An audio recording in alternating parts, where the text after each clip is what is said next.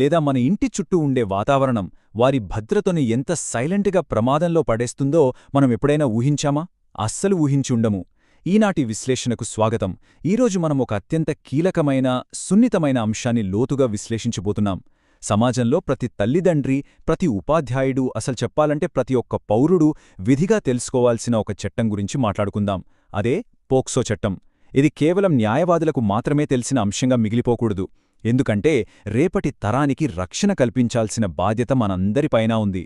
సరే, ఇక ఏమాత్రం ఆలస్యం చేయకుండా ఈ చట్టం గురించిన వాస్తవాలను చాలా స్పష్టంగా, వివరంగా తెలుసుకుందాం. పదండి, మొదలు పెడదాం. సరే, సోర్స్ మెటీరియల్ నుండి తీసుకున్న ఒక అత్యంత కఠినమైన, నగ్న సత్యంతో దీన్ని ప్రారంభిద్దాం. నాకు చట్టం గురించి తెలియదు అనడం ఎంత మాత్రం సాకు కాదు. అవును, మీరు విన్నది నిజమే. ఎవరైనా సరే తెలియక ఒక చిన్న తప్పు చేసినా దాని ఫలితం జీవితాంతం జైలు పాలు కావడమే కావచ్చు. ఈ విషయంలో రిస్క్ ఎంత ఎక్కువగా ఉందో మనం అర్థం చేసుకోవాలి. చట్టం దృష్టిలో, అయ్యో నాకీ విషయం నేరమని అస్సలు తెలియదండి అని చెప్పడం ఏమాత్రం చెల్లదు. అవగాహన లేకపోవడమనేది ఇక్కడ మినహాయింపు కాదు. ఒక్కసారి తప్పు జరిగితే దాని పరిణామాలు ఊహించలేనంత తీవ్రంగా ఉంటాయి. అందుకే ఈ చట్టం గురించి తెలుసుకోవడం మనందరికీ ఎంతో అవసరం. ఈ సంక్లిష్టమైన అంశాన్ని మరింత సులభంగా అర్థం చేసుకోవడానికి మన విశ్లేషణను 5 కీలకమైన అధ్యాయాలుగా విభజించడం జరిగింది. 1. పోక్సో చట్టం అసలు నేపథ్యమేంటి? 2. దీని కింద ఏవి నేరాలుగా పరిగణించబడతాయి? 3. సోషల్ మీడియాలో ఉండే ప్రమాదాలేంటి? 4. దీనికి ఉండే కఠినమైన శిక్షలు, ప్రత్యేక న్యాయస్థానాలు. మరియు 5వది సమాజంగా మన బాధ్యత. ఈ 5 పాయింట్స్ ద్వారా మనం పూర్తి చిత్రాన్ని చూడబోతున్నాం. మొదటి అధ్యాయం, ది పోక్సో యాక్ట్ ఎక్స్ప్లెయిన్డ్. అసలు ఈ చట్టపరమైన రక్షణ కవచం యొక్క పునాది ఏమిటి? సమాజంలోకి దీన్ని ఎందుకు తీసుకురావాల్సి వచ్చింది అనే దాని గురించి ఇప్పుడు చూద్దాం. పోక్సో అంటే protection of children from sexual offences act. ఈ చారిత్రాత్మక చట్టాన్ని భారత ప్రభుత్వం 2012లో తీసుకొచ్చింది. ఒకసారి ఆలోచించండి, 2012కు ముందు పిల్లల కోసం ప్రత్యేకమైన, అత్యంత కఠినమైన చట్టాలు ఈ స్థాయిలో లేవు. సాధారణ చట్టాలే ఉండేవి. కానీ అభంశుభం తెలియని చిన్నారులను లైంగిక దాడులు, వేధింపులు మరియు దుర్వినియోగం నుండి రక్షించడానికి ప్రత్యేకంగా ఒక సమగ్రమైన ఆయుధంగా ఈ చట్టాన్ని రూపొందించారు. సోర్స్ దీన్ని స్పష్టంగా వివరిస్తోంది. ఇది కేవలం ఒక చట్టం మాత్రమే కాదు, పిల్లల పాలిట ఒక దృఢమైన ఉక్కు కవచం లాంటిది. అయితే ఇక్కడ ఒక అత్యంత కీలకమైన పాయింట్ ఉంది. సాధారణంగా చాలామంది ఏమనుకుంటారంటే, ఇలాంటి వేధింపులు కేవలం అమ్మాయిలకే జరుగుతాయని, అబ్బాయిలకు అసలిలాంటి ముప్పు ఉండదని ఒక అపోహలో ఉంటారు. వాస్తవానికి చట్టం దృష్టిలో పిల్లలుంటే ఎవరు? 18 సంవత్సరాల లోపున్న ప్రతి ఒక్కరూ పిల్లలుగానే పరిగణించబడతారు. అవును, ఈ చట్టం అమ్మాయిలు అనే లింగ భేదం అస్సలు చూపదు. 18 ఏళ్లలోపున్న ఎవరికైనా సరే ఈ రక్షణ కవచం సమానంగా వర్తిస్తుంది. అబ్బాయిలైనా అమ్మాయిలైనా సమానంగా రక్షించబడాలి అన్నదే దీని ప్రధాన ఉద్దేశ్యం. ఇక్కడ మనం అర్థం చేసుకోవాల్సిన ఎంతో బాధాకరమైన విషయం ఒకటుంది. బాధితులైన పిల్లలు ఎందుకు మౌనంగా ఉండిపోతారు?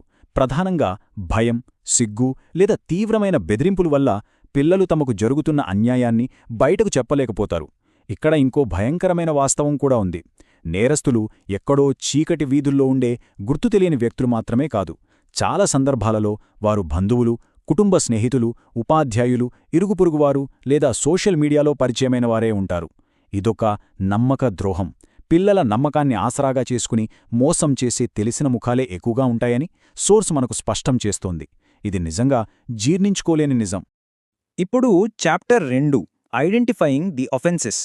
చట్టం ఎవర్ని రక్షిస్తోందో మనం తెలుసుకున్నాము. కానీ అసలు ఈ చట్టం కింద ఏ చర్యలు నేరంగా పరిగణించబడతాయనేది స్పష్టంగా తెలుసుకోవడం అత్యవసరం. ఇందులో మొదటి నేరం లైంగిక వేధింపులు. నేరమంటే కేవలం భౌతికంగా జరిగేదే అని చాలామంది భ్రమపడుతుంటారు. కానీ చట్టం అలా అనుకోదు.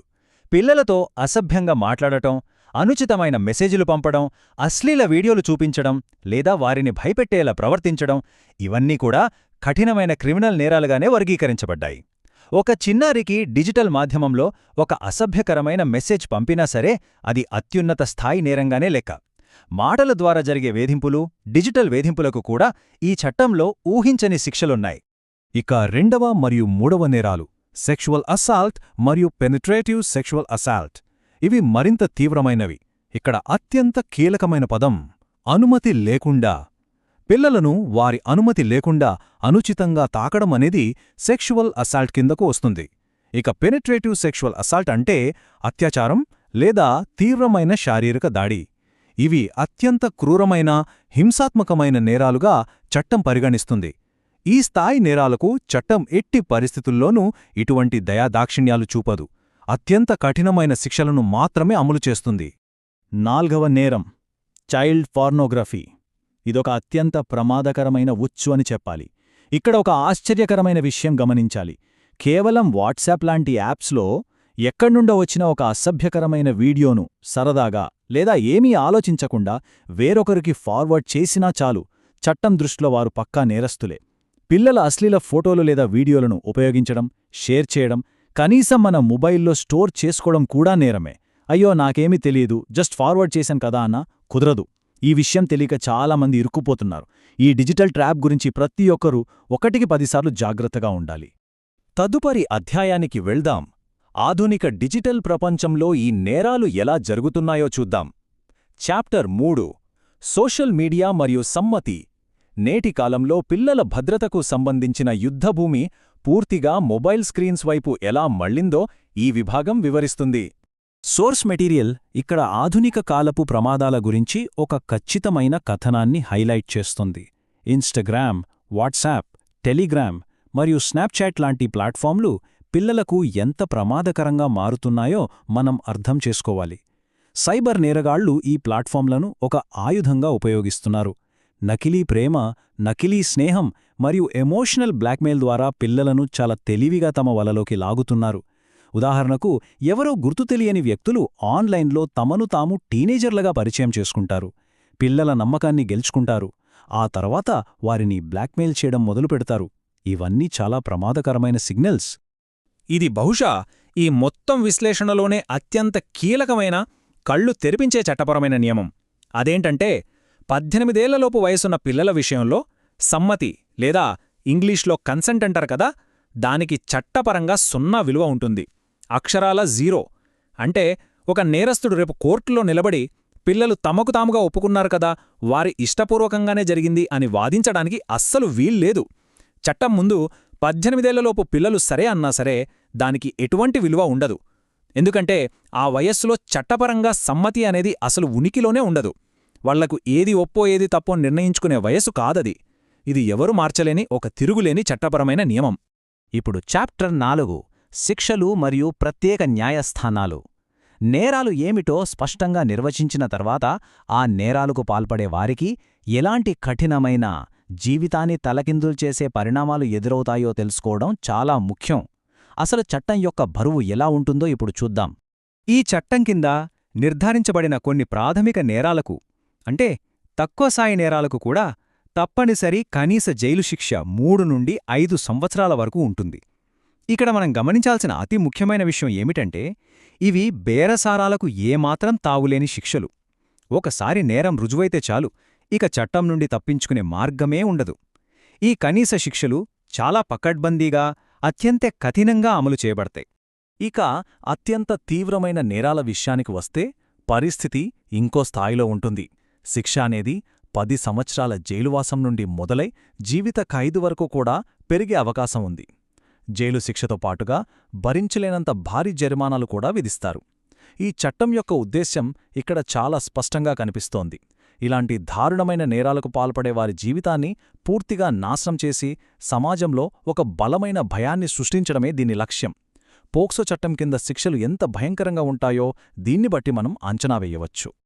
సాధారణంగా కోర్టులు, పోలీసులు అనగానే పెద్దవాళ్లే భయపడిపోతారు. ఇక పిల్లల పరిస్థితేంటి? న్యాయ ప్రక్రియ కారణంగా బాధిత పిల్లలు మళ్లీ మళ్లీ మానసిక క్షోభకు గురికాకూడదనే ఒక గొప్ప ఉద్దేశంతో ఈ చట్టం ప్రత్యేక కోర్టులను ఏర్పాటుచేసింది. ఈ కోర్టుల యొక్క ప్రధాన లక్షణమేంటంటే, విచారణ అంతా మూసివేసిన గదుల్లో, అంటే ఇన్ కెమెరా ప్రొసీడింగ్స్లా జరుగుతుంది. ఇక్కడ పిల్లల గుర్తింపును పూర్తిగా 100% రహస్యంగా ఉంచుతారు. పిల్లల మానసిక శ్రేయస్సును కాపాడేందుకు కోర్టులో చాలా స్నేహపూర్వక వాతావరణాన్ని కల్పిస్తారు. ఒక రకంగా చెప్పాలంటే, పిల్లలు కోర్టు వ్యవస్థకు అలవాటు పడటం కాదు, న్యాయ వ్యవస్థే పిల్లలకు అనుగుణంగా మారుతుంది. చివరగా చాప్టర్ 5 సమాజం యొక్క బాధ్యత. ఒక చట్టం అనేది ఎప్పుడూ నేరం జరిగిన తర్వాత మాత్రమే శిక్షించగలదు. కానీ అసలైన రక్షణ కవచం అనేది కేవలం చట్టం వల్లే సాధ్యం కాదు. అది మొత్తం సమాజం యొక్క అప్రమత్తతపైనే ఆధారపడి ఉంటుంది. ఇందులో మనందరి బాధ్యత ఏమిటో ఇప్పుడు విశ్లేషిద్దాం. ఇక్కడ తల్లిదండ్రుల పాత్ర చాలా చాలా కీలకమైనది. వారిపై ఊహించలేనంత భారీ బాధ్యత ఉంది. పిల్లలతో కేవలం చదువు గురించే కాదు, అన్ని విషయాలపైన బహిరంగంగా స్వేచ్ఛగా మాట్లాడాలి. ఆచరణలో గుడ్ టచ్ అంటే ఏంటి, బ్యాడ్ టచ్ అంటే ఏంటి అనేది వారికి చాలా స్పష్టంగా అర్థమయ్యేలా వివరించాలి. ఏదైనా అనుకోనిది తప్పు జరిగితే భయపడకుండా వెంటనే వచ్చి చెప్పే ధైర్యాన్ని, ఆత్మవిశ్వాసాన్ని వారిలో నింపాలి. ముఖ్యంగా పిల్లలు అల్లరి చేస్తున్నారని వాళ్ళని కాసేపు నిశ్శబ్దంగా ఉంచడానికి చేతిలో మొబైల్ ఇచ్చేస్తుంటారు. అది సరికాదు. ఆ మొబైల్లో వారు ఏం చూస్తున్నారు, ఎవరితో చాట్ చేస్తున్నారు అనేది మనం నిరంతరం చురుకుగా గమనిస్తూ ఉండాలి.